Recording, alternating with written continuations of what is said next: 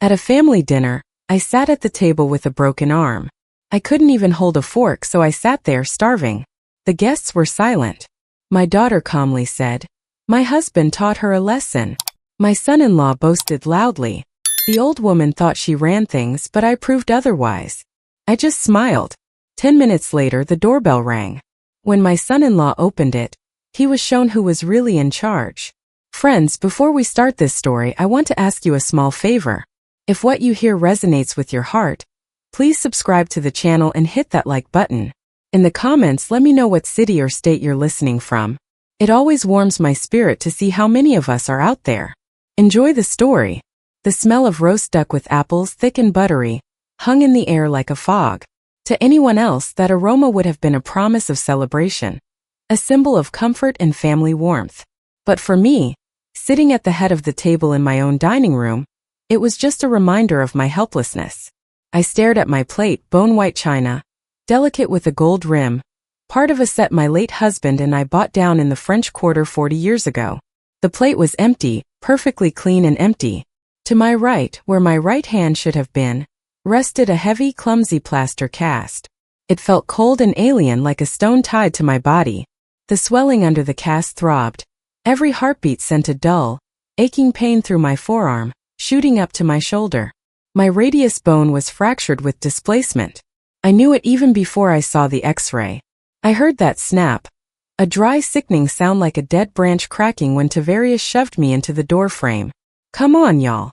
Don't be shy." Tavarius's voice, loud and entitled, rolled through the room, drowning out the clinking of silverware. "The duck today is just magnificent. Havisha really outdid herself." Tavarius sat in my husband's seat, the high-back chair upholstered in dark velvet. He had unbuttoned his charcoal gray suit jacket, and his face was already shiny from the heat and the liquor. He wielded his knife and fork with barbaric energy, sawing off huge chunks of meat and shoveling them into his mouth, barely chewing. Grease ran down his chin, and he wiped it carelessly with the back of his hand. Around the table sat his guests, 2 men and a woman, subordinates of his from City Hall. They ate in silence, keeping their eyes on their plates. They felt the tension hanging in the air, thick as the humidity before a storm. They saw me, a gray-haired black woman with a straight back and a cast on her arm, sitting there without a crumb of food. But they were terrified of him. Tavarius was their boss, a petty little king whose signature determined their bonuses and vacations. I tried to wiggle the fingers of my left hand. They obeyed, but I couldn't lift the heavy platter of duck sitting in the center of the table. It was too far, and my good side couldn't reach. To ask would be to beg. Tavarius, one of the guests, a young brother in glasses, said quietly, not daring to look up, Maybe we should serve Ms. Opilia some." "Stay out of it, Marcus." Tavarius cut him off, pouring himself another shot of expensive cognac. The bottle clinked against the crystal glass. "Ms. Opilia is on a diet today. Therapeutic fasting is very good for clearing the mind. Isn't that right, Mama?" He looked at me. In his eyes, cloudy with liquor, there wasn't a drop of remorse, only triumph. The triumph of a predator who had finally cornered the old lioness, and was now enjoying her weakness. "Mama brought it on herself," Havisha chimed in. My daughter sat to her husband's left, wearing a beige dress that didn't suit her complexion. It washed her out, making her look tired and pale. Havisha was meticulously cutting a cucumber into tiny slices, avoiding my gaze. "She knows she's getting up there in age." Tavarius continued, addressing the guests as if telling a funny story at a barber shop. "Coordination ain't what it used to be. Legs get tangled up. She tried to climb up to the attic yesterday, can you believe that?" I told her, "Where you going, old woman?" But she wouldn't listen. And down she went. Lucky she didn't break her neck. He laughed. The guests forced out polite, tight smiles. I looked at my daughter. For 30 years I operated on people. I saw the human brain in real life. I knew where memory hid, where speech lived, and where fear resided. But I couldn't find the moment in my memory where I lost my daughter, when she turned into this shadow, this echo of her worthless husband. "It was an accident," Havisha said quietly, finally lifting her eyes to mine. Fear was swimming in them, not for me but for herself. But it was a necessary lesson. Mama, you have to learn to listen to the head of the family. You aren't at work anymore. You don't give the orders here. My stomach twisted with a spasm of hunger. I hadn't eaten in almost 24 hours, not since the moment Tavarius, demanding the deed to the condo, threw me into the hallway wall. The pain in my broken bones pulsed in time with the ticking of the antique grandfather clock in the corner. Tick-tock, tick-tock. That was my father's clock. It always kept perfect time. Tavarius raised his glass. To discipline, he proclaimed. A house must have order and hierarchy. The one who pays the bills calls the tunes, and the one living on charity sits quiet and stays out of the way. He tossed the cognac down his throat, grunted and stabbed a pickled mushroom with his fork. I felt something inside me, somewhere deep beneath my ribs, shift from resentment to cold ice. It was a familiar feeling, that same icy calm that used to descend on me when I walked into the OR, when the anesthesiologist nodded, "Patient is ready," and I took the scalpel in my fingers. Emotions are just noise. Anger causes tremors, and I needed to be steady. I didn't cry. Tears are for those hoping for pity. I hoped for nothing. I knew. I shifted my gaze to the clock face. The hands moved inexorably forward. 7:59 p.m. Silence hung in the room, broken only by Tavarius's chewing. He felt like a winner. He thought he had broken me along with my bone. He thought this cast was a symbol of my defeat. I straightened my back as much as the pain allowed and took a deep breath. Tavarius. My voice came out quiet but distinct. It sliced through the thick air of the dining room like a surgical instrument. Tavarius froze with his fork near his mouth. The guests stopped chewing. Even Havasha went still. "What do you want?" he grumbled, not turning around. "You are sitting in my husband's chair," I said, looking straight at the back of his head. "And by my calculations, you have exactly 1 minute left to enjoy it." Tavarius turned slowly, his face flushed, lips twisting into a smirk. "Excuse me?" he asked, a threat rising in his voice. "You threatening me, old hag, or what? You going to hit me with your cast?" He burst out laughing, and his laugh, coarse and barking, bounced off the high ceiling. "Oh, I'm so scared. I'm shaking," he mocked, turning to the guests. "Look, y'all, she's timing me. Go ahead, count. 59 seconds. 58. I didn't answer. I just watched the second hand trembling as it approached the vertical line. I knew something he didn't. I knew that the mechanisms I had set in motion worked just as precisely as that clock. Tavarius didn't know that the silence in this apartment wasn't submission. It was a countdown. The second hand completed its final rotation, and exactly at the moment it touched the 12, the pain in my arm flared with new force, seemingly transporting me back in time. Exactly 24 hours ago. That evening, the air in the apartment didn't smell of roast duck.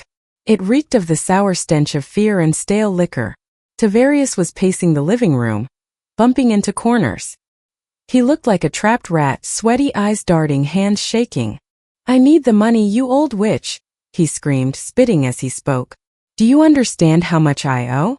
These ain't jokes. These are serious people." I stood in the doorway of my bedroom, blocking his path. "This is my husband's apartment," I answered calmly. "And as long as I am breathing, it will not be sold to cover your gambling debts." That was a mistake. Not the refusal. No, the mistake was thinking I was still dealing with a human being.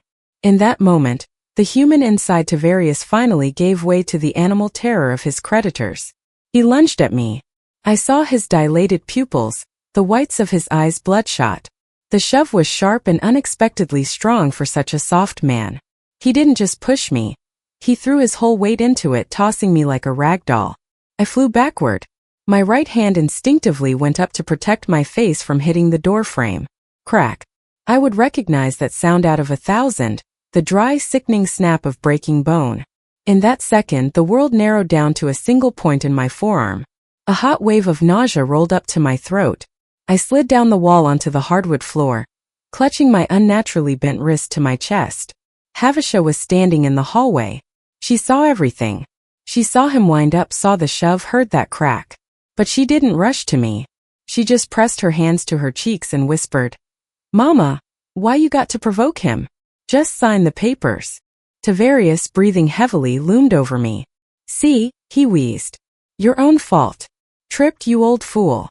He darted to the landline phone on the nightstand and yanked the cord out of the wall. Then he snatched my cell phone out of my robe pocket. No calls, he growled. Sit here and think. The notary is coming tomorrow. If you don't sign nicely, I'll put you in a home. I'll tell them you're senile and violent. I got people everywhere. You know that. He slammed the bedroom door and turned the key in the lock. I was left alone in the dark on the floor, with an arm that felt like it was on fire.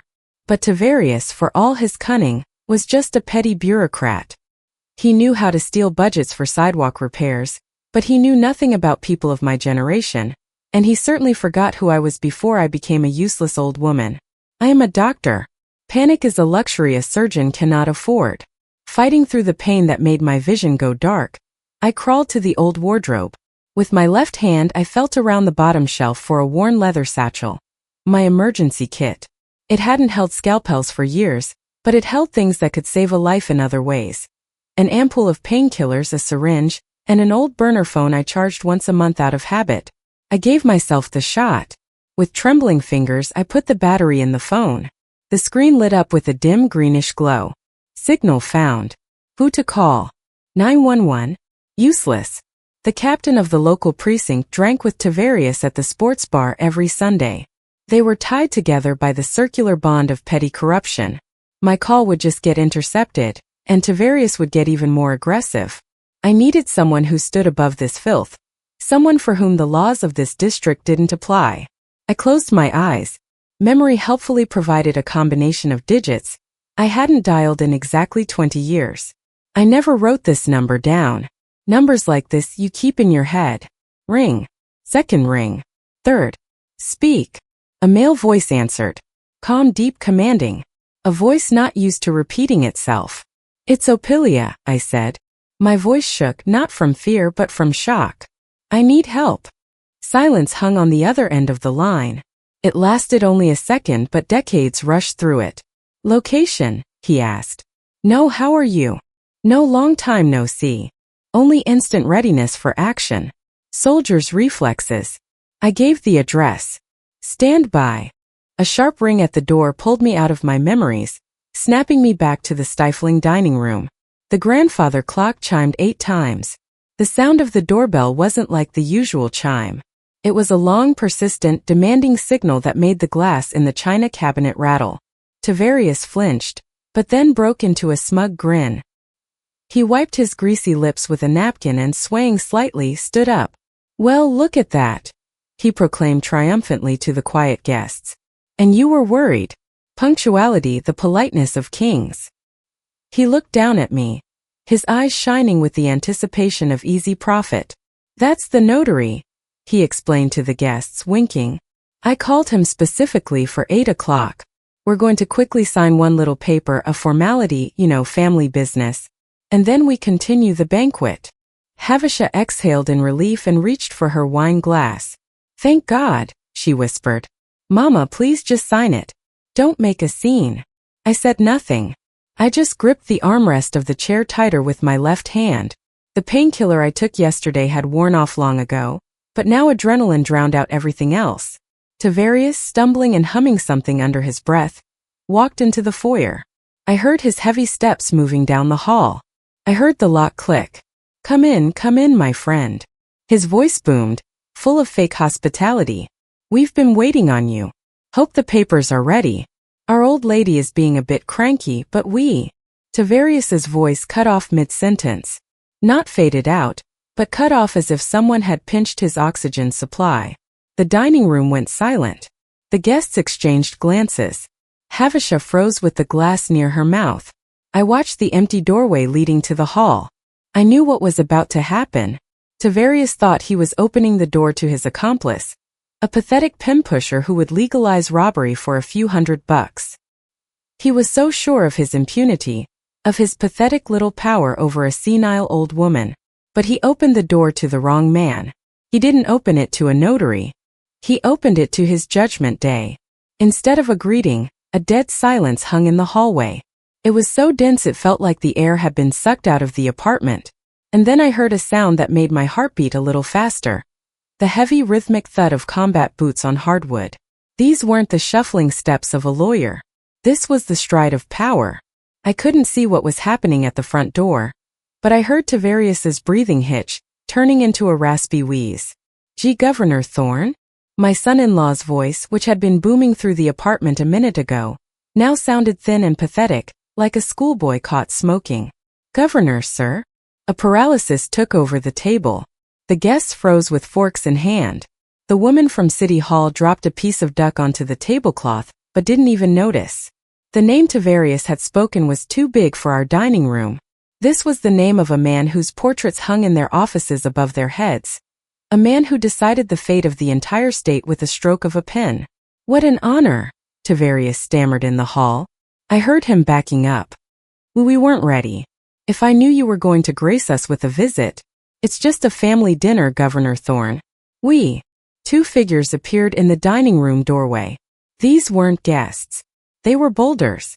Two massive black men in tactical gear. No insignia, but with that posture you can't hide under any clothes. Security detail.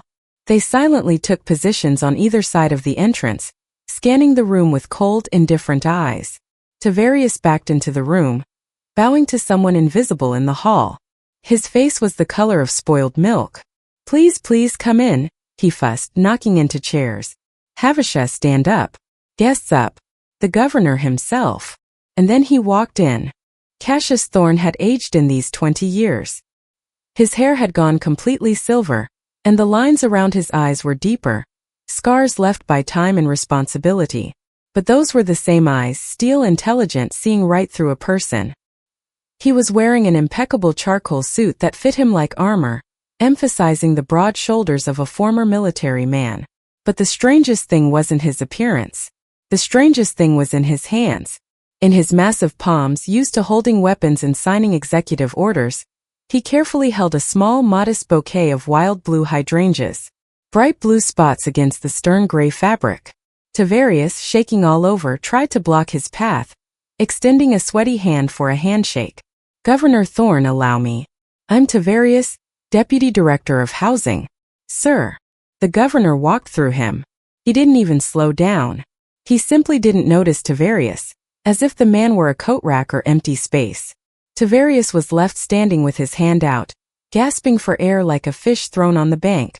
Cassius's gaze was locked on me.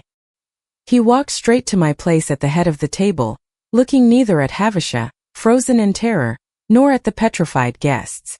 The only sound in the room was his breathing and the creak of floorboards under his weight. He walked up to the table and stopped. His eyes fell on the rich spread, the roast duck, the salads, the liquor, and then he moved his eyes to my plate, to its virgin whiteness. Slowly, very slowly, his gaze slid to my right arm, to the rough, hastily applied cast from under which my swollen, bruised fingers peeked out. I saw his jaw clench so hard a muscle jumped in his cheek. The blood drained from his face, making it frighteningly still. This wasn't just anger. It was rage, quiet and terrifying, like a tsunami that hasn't crashed onto the shore yet, but has already risen above the water. The room was so quiet I could hear Daddy's clock ticking. Tick-tock, tick-tock. Governor Cassius Thorne, the master of the state, a man feared by oligarchs and gang leaders alike, did something no one in the room expected. He got down on one knee right on the hardwood floor next to my chair. His expensive suit touched the floor, but he didn't care. He was level with my face. He placed the bouquet of hydrangeas on the table next to my empty plate, and carefully, as if afraid to cause pain with just his touch, covered my good hand with his warm, broad palm. His eyes, usually cold, looked at me with such pain and tenderness that my breath caught. He ignored everyone. Tavarius leaning against the wall to keep from falling, Havishah shrinking into her shoulders. For him, there was only me in this room. "Miss Ophelia," he said softly, and his deep baritone made the crystal on the table tremble. He looked at my empty plate, then back into my eyes. "You said you fell," he continued almost in a whisper. And in that whisper there was more threat to everyone around us than in any scream. "But you didn't tell me you were starving." Cassius slowly rose from his knee. He didn't wait for my answer. He didn't need words to understand the obvious. The tremor in my fingers, the pale lips, that humiliating, gnawing hunger that is impossible to hide. He turned to the table. His movements were fluid, but they carried a heaviness that made throats dry up. He walked to the high-back chair at the head of the table, the very one Tavarius had been sprawling in a minute ago, and placed his hand on the backrest. He didn't even look at my son-in-law. He just stood and waited. Tavarius, stumbling, stepped back as if scalded with boiling water. He gave up the seat so fast he almost knocked over Havish's chair. Animal terror was written in his eyes. Without a single word spoken, the governor sat. The chair didn't creak under him. He occupied that space so naturally, as if he had sat there all his life. He picked up a linen napkin, shook it out, and neatly spread it on his lap. Then his eyes fell on the utensils Tavarius had thrown on the tablecloth, greasy, dirty. Cassius pushed them aside with his pinky finger in disgust. One of the security guards materialized like a shadow and placed a clean set before the governor, pulled from somewhere inside his tactical vest, a travel set but gleaming steel. The silence was absolute. Tavarius's guests sat with their heads pulled into their shoulders, trying to be invisible. They understood, right now they were witnesses to something best forgotten if you wanted to keep your career. Cassius reached for the duck platter easily. With one hand he pulled the heavy dish toward himself, picked up the knife. I watched his hands. 30 years ago, those hands were the hands of a scared sergeant brought to me with shrapnel in his parietal lobe. Back then they shook. Now they were steady as granite. He cut a slice of meat, didn't tear it like Tavarius but separated the fibers with surgical precision. Then he began to cut it into tiny neat pieces. Slice. Another slice. He was preparing the food the way one does for small children or the critically ill. No one dared make a sound. Tavarius stood behind the governor, shifting from foot to foot, sweat rolling down his temples, soaking his collar. Havisha sat white as chalk, twisting the edge of the tablecloth. Cassius finished cutting. He speared the juiciest piece of duck on the fork, turned to me. There was no pity in his eyes that could humiliate me. There was respect, deep filial respect. He brought the fork to my lips. "Please, Ms. Opilia," he said quietly. My cheeks burned to be fed by hand in front of people who an hour ago were laughing at my helplessness. It could have felt shameful, but there was so much dignity in Cassius's gesture that the shame receded. I opened my mouth and accepted the food. The taste of roast duck, salty fat, and sweet apples hit my senses. My stomach clenched with gratitude. I chewed and swallowed, feeling warmth spread through my body, bringing my strength back. Cassius waited patiently. He gave me another piece and another. Only when I had dulled the first sharpest hunger did he set down the fork. He wiped his hands with the napkin, and without turning around, spoke into the empty room. "So," one word, but it sounded like a gavel strike. "Who among those present?" The governor's voice was even conversational, as if asking about the weather. "Is the author of the lesson Ms. Opilia received?" Tavarius twitched. He giggled nervously. The sound came out wet and shaky. "Oh, Governor Thorne, come on. Seriously?" He babbled, trying to inject confidence into his voice, but cracking into a falsetto. "What lessons? It's just a figure of speech. Family business, domestic trivialities." He took a step forward, trying to get into the governor's line of sight, but a guard blocked his path with a shoulder. "Mama is, well, you understand the age." Tavarius tapped his temple with a finger, a gesture that made bile rise in my throat. "She gets confused, forgets where she is. Coordination is gone. Yesterday she went to get water at night and—" He stumbled, searching for a convincing lie.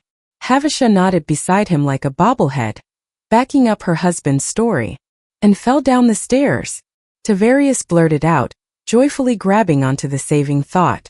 "Yes, exactly like that. Tripped on the steps, poor thing. We were so scared. Wanted to call an ambulance right away, but she refused. Said no need. It'll pass. We take such good care of her, Governor. Such care. Treat her like royalty." He smiled, wiping sweat from his forehead. "And the cast, well, life happens. Bones are old, brittle." A pause hung in the room. Sure, his lie sounded plausible. After all, it's a standard story. Old woman stairs fall. Who's going to check? I swallowed the last piece of meat.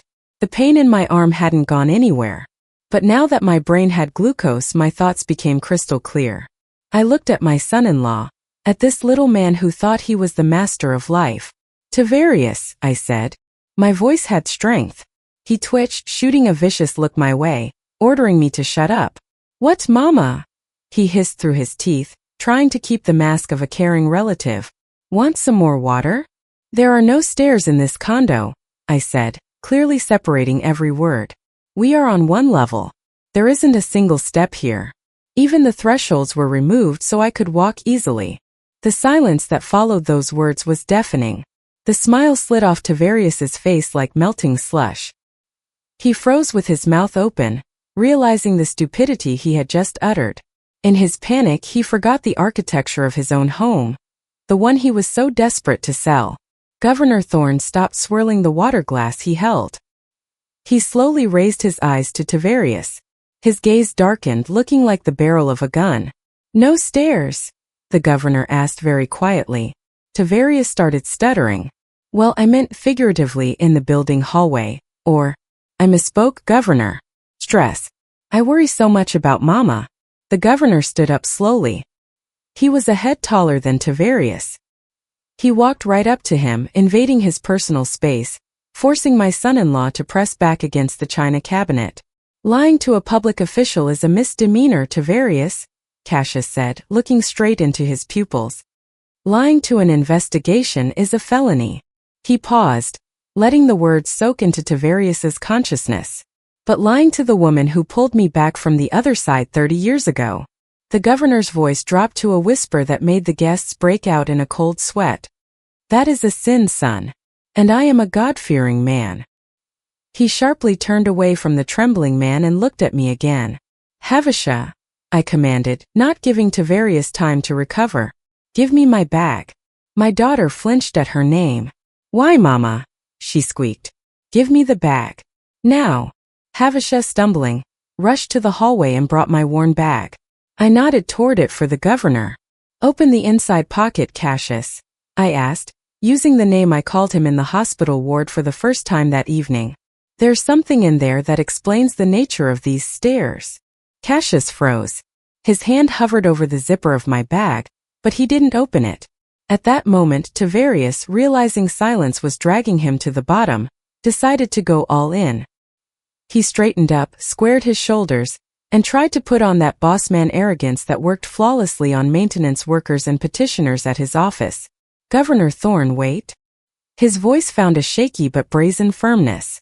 Let's speak plainly, man to man, official to official. He took a step forward, ignoring the tensing guard, and spread his hands as if inviting the governor into his circle of elites. I am the Deputy Director of Housing, Tavarius said the title as if it were the rank of a general. We are in the same boat, Governor. We run this city, this state. You know how it is. Nerves, responsibility, constant stress. And here. He waved a hand carelessly in my direction as if brushing a crumb off the table. Here we are dealing with a family tragedy. Mesopilia. Unfortunately, age is taking its toll. Mental health, you understand? Dementia is a terrible thing. Havasha, catching the change in her husband's tone, instantly joined the game. She nodded and tears shone in her eyes, not of repentance but of fear for her own comfort. Yes, she attacks us, my daughter cried out, pointing a manicured finger at me. You have no idea, Governor, what it's like living with her under one roof. She gets aggressive. Yesterday she threw a vase at Tavarius. We were just defending ourselves. That arm. I tried to hold her so she wouldn't hurt herself or us. I listened to them and felt a strange emptiness. My own daughter, my flesh and blood. She stood there slandering her mother to save the hide of her worthless husband. But instead of pain, I felt only the cold clarity of a diagnostician observing the progress of gangrene. Cassius didn't look at them. He looked at me. He waited. He didn't need excuses. He needed the truth. Havasha, I said quietly. The room was so still you could hear fabric rustle. Take the envelope out of the bag. The one you saw this morning but were too scared to touch. Havasha froze. Her hand hovered in the air. She shifted a frightened look to her husband, seeking support. But Tavarius was too busy trying to drill a hole in the floor with his stare. Do what your mother says. Cassius's voice cracked like a whip. He held the satchel out to her. With shaking fingers, Havisha unzipped it. She fumbled inside and pulled out a large yellow envelope made of thick paper. The sound of her pulling it out seemed deafeningly loud in the silence. "What is that?" Tavarius laughed nervously, though a large drop of sweat rolled down his temple. "A note from the psych ward? Proof of her insanity? Give it here." Cassius snatched the envelope from Havisha's limp hands. He didn't tear it open. He carefully removed the contents. A black and gray sheet of X-ray film. He didn't need a light box. Cassius held the film high above his head, holding it up to the shining crystal chandelier. The light refracted through the crystals, shining through the film and revealing to everyone present the clear whitish geometry of my bones against the black background. The fracture was clearly visible, an ugly jagged line slicing through the radius bone. Tavarius snorted, trying to save face. "Well, see? Fell just like I said. Typical fall trauma." Cassius slowly lowered the image. Now he looked at Tavarius not as an official, and not even as a human. He looked at him like a target. "I served 2 tours in the desert, Tavarius," the governor said in a voice that radiated the cold of the grave. "I've seen men fall from trucks, from roofs, from cliffs. When a man falls, he instinctively puts his hands out forward, palms down. The bone breaks at the wrist from compression. A Cole's fracture." He tapped a finger on the film right on the break in the middle third of the forearm. "But this..." Cassius took a step toward Tavarius, and the man pressed into the china cabinet, rattling the dishes. "This is a diaphyseal fracture of the radius. It happens in only one scenario, when a person covers their head with their arm to block a blow from above, a blow from a pipe, a bat, or a very heavy fist." Tavarius opened his mouth but couldn't make a sound. His lie crumbled to dust, colliding with the brutal anatomy of violence. "This is a defensive fracture," Cassius stated, tossing the X-ray onto the table, right into the potato salad bowl. "She didn't fall. She was blocking." He sharply turned his head to the left, where his head of security, a tall man with a stone face, stood. "Major," the governor commanded in a tone that brooked no argument, "call the DA. I want a full audit of the deputy director's activities. Every contract, every signature, every taxpayer dollar for the last 5 years. And start with his personal accounts." "Yes, sir," the major answered shortly, pulling out a radio. "When do we start?" Cassius looked at Tavarius, who was sliding down the wall, clutching his chest. 5 minutes ago." The words 5 minutes ago hung in the air like the smell of ozone after a lightning strike. For Tavarius, they meant the end. I saw the understanding break through the alcohol fog in his brain. An audit, checking accounts. This wasn't just getting fired. This was the collapse of that entire house of cards made of bribes, kickbacks, and petty theft he had built for years. Instead of surrendering, he exploded. It was the reaction of a cornered beast whose escape route had been cut. His face filled with purple blood. The veins on his neck bulged, turning into ugly cords. "You have no right," he screamed, spit flying onto the polished table. "You can't do this to me. Who do you think you are? You think just 'cause you're governor, you can do whatever you want." He slammed his fist on the table, making the plates jump. The guests shrank into their chairs, wishing to dissolve into the wallpaper. "This is my house," Tavarius roared, losing all human semblance. "My condo. I'm the master here. And her." He poked a shaking finger in my direction. "She ain't nobody. She's a dependent. I feed her. I pay for the lights. I put up with her senility. I have rights, constitutional rights." Fear of prison burned out the remnants of his reason. Alcohol and panic created a combustible mix. And Tavarius, forgetting the armed security, forgetting who stood before him, lunged forward. He didn't see anyone but me, the cause of all his troubles. He wanted to get to me. Maybe hit me again. Silence me. Destroy the witness to his downfall. "This is all your fault, you old witch," he rasped, rounding the corner of the table. Havisha, covering her face with her hands, let out a thin, piercing shriek. The guards moved. I saw the major's hand slide to the holster under his jacket. A practice, fluid, deadly motion. But they didn't have time to take a step. They didn't have to. Cassius Thorne simply stood up. He made no sudden movements, didn't raise his voice. He just rose to his full, considerable height, squaring the broad shoulders beneath the gray wool suit.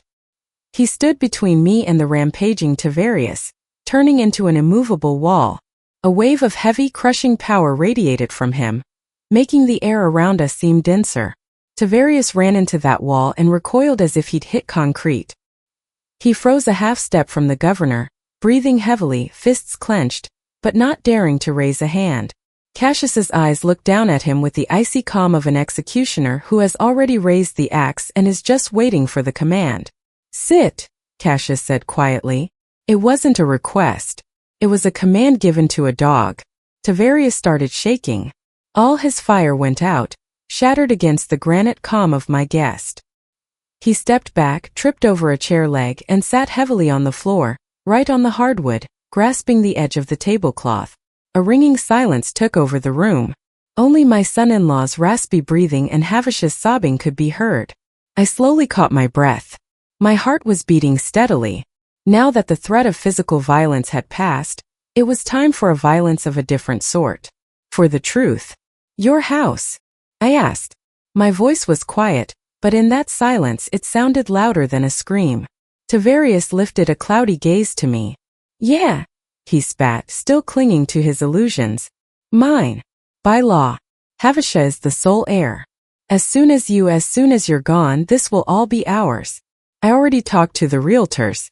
I need that money." "Cassius," I said, not looking at my son-in-law. I looked at the governor. "Pass me the red folder, please. The one I asked you to bring from the archives." Cassius nodded. He held out his hand to his aide, and the man, asking no questions, placed a thin cardboard folder with the city seal into his palm. The governor placed it in front of me on the table, next to my empty glass. With my left hand I opened the folder. There lay just one document, paper with watermarks, yellowed by time over 10 years, but still possessing the strength of steel. "Tavarius," I said, turning the document so he could see the header. "You broke my arm demanding I sign a deed. You threatened me. You humiliated me. You starved me for this apartment. You screamed you'd sell it to cover your debts." I paused, giving him a chance to realize every word. "But you made one mistake, typical for an amateur. You never checked the property registry. You were so sure I was just a senile old woman holding on to the walls that you didn't even bother to pull a title report." Tavarius craned his neck, trying to read the text on the paper. His eyes narrowed, trying to focus on the letters. "What is that?" he rustled. "This is a deed of gift," I said with a slight smile. "Dated 2014. 10 years ago, Tavarius." I placed my good hand on the document. "I donated this condo to the City Hospital Board in memory of my husband and my career. The contract has only one encumbrance clause, the right of lifetime residency for Ms. Opilia Vance." Havisha stopped crying. She raised her head, and her mouth opened in silent amazement. "Mama," she whispered, "you gave the condo to the hospital?" "Yes," I answered, not taking my eyes off Tavarius's pale face. "This apartment does not belong to me. And it doesn't belong to Havisha, and most certainly Tavarius, it never belonged to you." I watched as the meaning of my words reached him, as his last hope for salvation from his creditors crumbled. He hadn't just committed a crime. He had committed a pointless crime. "You beat me for a piece of paper that is worth nothing," I finished, closing the folder. "You were fighting for a ghost. There is nothing here for you except your debts." Tavarius made a sound like a beaten dog, whimpering. He covered his face with his hands and rocked side to side, sitting on the floor of my the States dining room. He realized he didn't lose tonight. He lost 10 years ago when he decided I was just a resource to be used. The moan that escaped Tavarius's throat didn't sound like a human voice.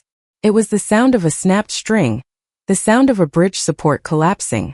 He looked at the red folder as if it were radioactive. His world, built on greed and the certainty that the weak could be robbed with impunity, collapsed into a single black dot. Suddenly he moved, but not to attack. All his arrogance, all his puffed-up importance evaporated, leaving only sticky, animal fear. Tavarius slid from his spot onto the floor completely, turning into a shapeless pile of expensive fabric and sweaty body. He crawled toward me on all fours, grabbing the legs of my chair. His fingers slid on the wood, leaving wet streaks. He tried to reach the hem of my dress to kiss it, but I pulled my feet back in disgust. Misopilia, Mama, he whined, and tears mixed with snot ran down his crimson face. Forgive me, for God's sake. Forgive me. I didn't know.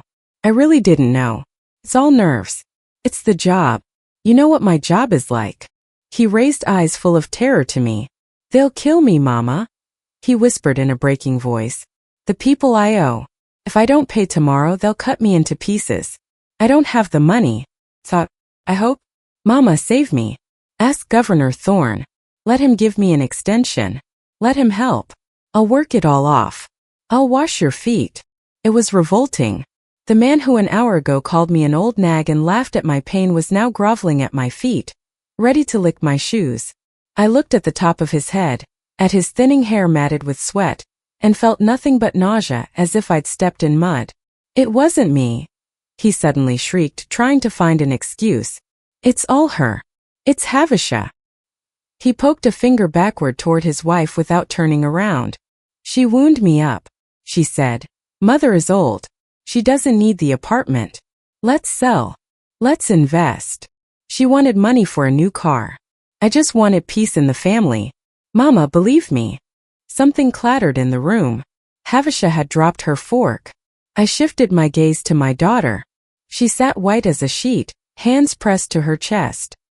Hearing her husband's words, seeing how this sinking ship was trying to drag her down with him, she transformed. The fear in her eyes was replaced by the fury of a cornered rat. She jumped up from her chair, knocking it over with a crash. What are you saying, you animal? She screamed, her voice cracking into a squeal. How dare you? You forced me. You! Havisham rushed toward me, pushing the air with her hands like a swimmer.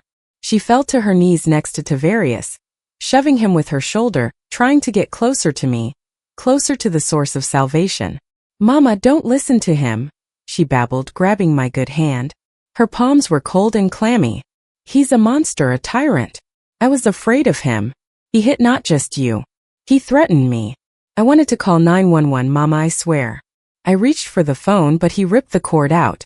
I cried all night. I wanted to help you, but he said he'd kill us both. She sobbed, smearing mascara over her cheeks, turning into a grotesque mask of grief. I'm your daughter, Mama, your baby girl. I love you. Save me from him. Tell Governor Thorne I'm a victim. I looked at both of them. Two creatures crawling at my feet. One, a stranger who just wanted money.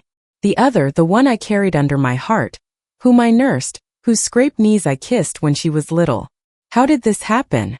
At what moment did my baby girl, my little hobby, turn into this? I gently but firmly pulled my hand from her grasping fingers. The pain in my broken bone throbbed, reminding me of reality, not letting me slide into sentimentality. Havisham, I said quietly. She froze with hope, watching my mouth, waiting for forgiveness, expecting the mother's heart to waver. You are lying, I said. Incomprehension flashed in her eyes. Mama, you didn't want to call the doctor. I interrupted her, and my voice sounded harder than a scalpel cutting flesh. I remember every minute of that night. I was lying in the hallway on the floor. I was moaning in pain. Tavarius was in the kitchen drinking water. And you? I leaned closer to her, looking straight into her dilated pupils. You stood over me. You weren't crying. You leaned down and hissed in my face. Shut up, old fool. Shut up. The neighbors will hear. You're embarrassing us. Havisham recoiled as if I had slapped her. Her mouth opened, but the words stuck in her throat. The flush of shame didn't flood her face. She turned even paler.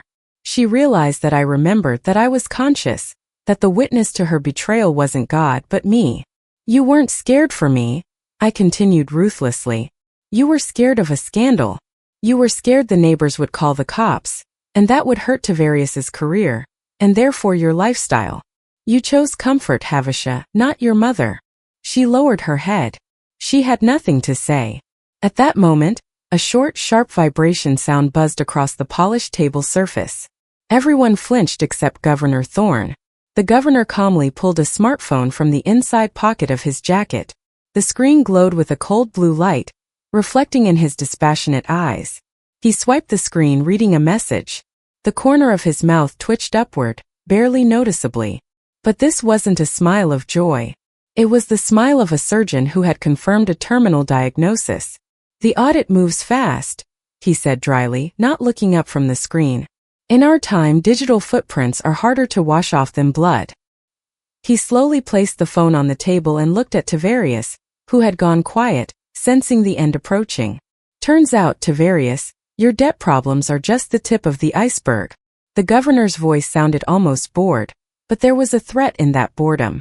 "My people checked not just your accounts. They checked the properties under your management, including the basement of this very building. A building that is a historical landmark."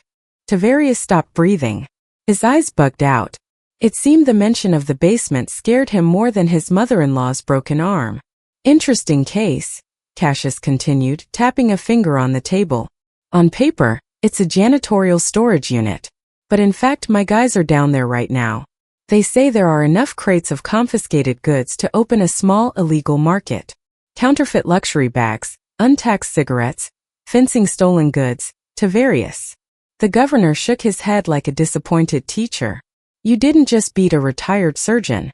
You used the basement of the building where the woman who saved my life lives as a warehouse for your dirty business. You turned her home into a trap house." Cassius raised his eyes to the head of security. "Major." The officer nodded. He didn't need extra instructions. 2 guards stepped forward. They moved synchronously like parts of a single machine. Tavarius didn't even have time to scream. Strong hands in black gloves jerked him up from his knees. He tried to twitch, but they cuffed him so professionally and hard that joints popped. No, Governor Thorne, we can work this out," Tavarius squealed, twisting in the steel grip. "I'll talk. I'll give up the suppliers. Don't take out the trash," the governor said quietly, turning to the window. The guards dragged Tavarius toward the exit. They didn't stand on ceremony. His feet dragged on the hardwood, bunching up the rugs.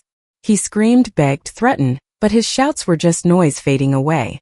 The door to the hallway was open, the same door he had so proudly thrown open 10 minutes ago, expecting to see his accomplice. Now they were dragging him through it like the criminal he always was. Just before his suit hit it, "Havisha, do something." His last wail drifted from the foyer. Then the front door slammed, a heavy oak door. The sound was final like a judge's gavel. The apartment went quiet again, only the ticking of the clock and Havisha's heavy breathing as she remained sitting on the floor, alone amidst the ruins of her life. She didn't look at me. She looked at the empty spot where her husband had just been, realizing she was next. "Havisha." The governor's voice tore through the vacuum left after the security team's departure. My daughter flinched. She was still sitting on the floor, hugging her knees, staring at one spot, the spot where her comfortable life, built on lies and my patience, had collapsed. "You can't stay here tonight," Cassius said. There was no anger in his tone, just a dry statement of fact, like a doctor writing a quarantine order. "A criminal case has been opened against your husband. You are a witness for now. But considering your silent consent to running a fencing operation in the basement, investigators will want to ask you a lot of questions." Havisha slowly raised her eyes to me. There was no more arrogance, no fake concern, only emptiness. "Where do I go?" she asked quietly like a child. "Pack your things," Cassius answered, not looking at her. "Take the essentials. My driver will take you to a hotel. While the investigation is ongoing, you are forbidden from approaching Ms. Opilia." Havisha didn't argue. She didn't beg. She got up from the floor, painfully straightening her stiff legs, and stumbled to her room. 10 minutes later, she came out with a small gym bag. She stopped in the dining room doorway looking at me. I saw her lips trembling. She wanted to say something. Maybe goodbye, maybe to blame me for everything again. But she stayed silent and I stayed silent. Sometimes an incision must remain open for the wound to clean itself out. The front door clicked shut quietly this time. The apartment plunged into silence, but it wasn't that oppressive, sticky silence that had reigned here for the last few years. It was a clean, cool silence, like in an operating room after a successful, difficult multi-hour surgery. When the lights go down and the patient is wheeled to recovery. Life is saved. The worst is over. Cassius's aides worked quickly and silently. While we talked, they cleared the dirty plates, the remains of the ravaged duck, the spilled wine stains. They opened the windows wide, letting in the fresh night air, blowing out the smell of stale liquor and Tavarius's cheap cologne. We were left alone, me and the boy I once saved, now a gray-haired man carrying the weight of the state on his shoulders. We sat at a clean table. In front of us stood only 2 cups of fine china with steam rising from them, and a saucer with thinly sliced lemon. The tea was strong, real amber-colored. My right arm in the cast lay on my lap. The painkiller was wearing off and the dull, aching pain returned, reminding me of the price paid for this evening. But this pain was different. It was the pain of healing, not the pain of destruction. I felt incredibly light, as if a lead apron I had worn for years had been lifted from my shoulders. Cassius took a sip of tea and looked at me over the cup. "Miss Ophelia," he asked softly, "do you need anything? I can send a nurse. I can organize a transfer to the best suite at the General Hospital. Money, medicine, security. Just say the word." I looked at him. In his eyes I saw a genuine readiness to turn the world upside down for me. But I didn't need the world. I needed to get myself back. I shifted my gaze to the center of the table. There, on a small plate, remained the only untouched item from that barbaric feast. A slice of red velvet cake, deep crimson layers, thick cream cheese frosting. It stood like a small monument. Next to it lay a silver dessert fork. "Just one thing, Cassius," I said, smiling for real for the first time that evening. The governor tensed, ready to fulfill any request. "The fork?" he asked, looking around the table. "Shall I serve you? I'll call the—" "No," I shook my head. "Just slide it over to me." Cassius, still not understanding, carefully slid the saucer with the cake and the fork closer to my edge of the table. I looked at my right arm encased in plaster, useless, immobile, the very one Tavarius had laughed at, calling me unable to even eat. Slowly, with concentration, I raised my left hand, my non-dominant hand. My fingers trembled a little, age and stress taking their toll, but I forced them to obey. I picked up the silver fork. It sat in my palm, strangely, uncomfortably, but firmly. "Tavarius said I couldn't hold it," I said quietly, looking at the shine of the silver. "That I was helpless. That without him, I'd die of hunger in front of a full plate." I looked at Cassius. I need to prove him wrong. Even if he doesn't see it, I need to prove it to myself. I lowered the fork into the cake with my left hand. Awkwardly but decisively, I broke off a piece and brought it to my mouth. The frosting was sweet. The cake melted on my tongue.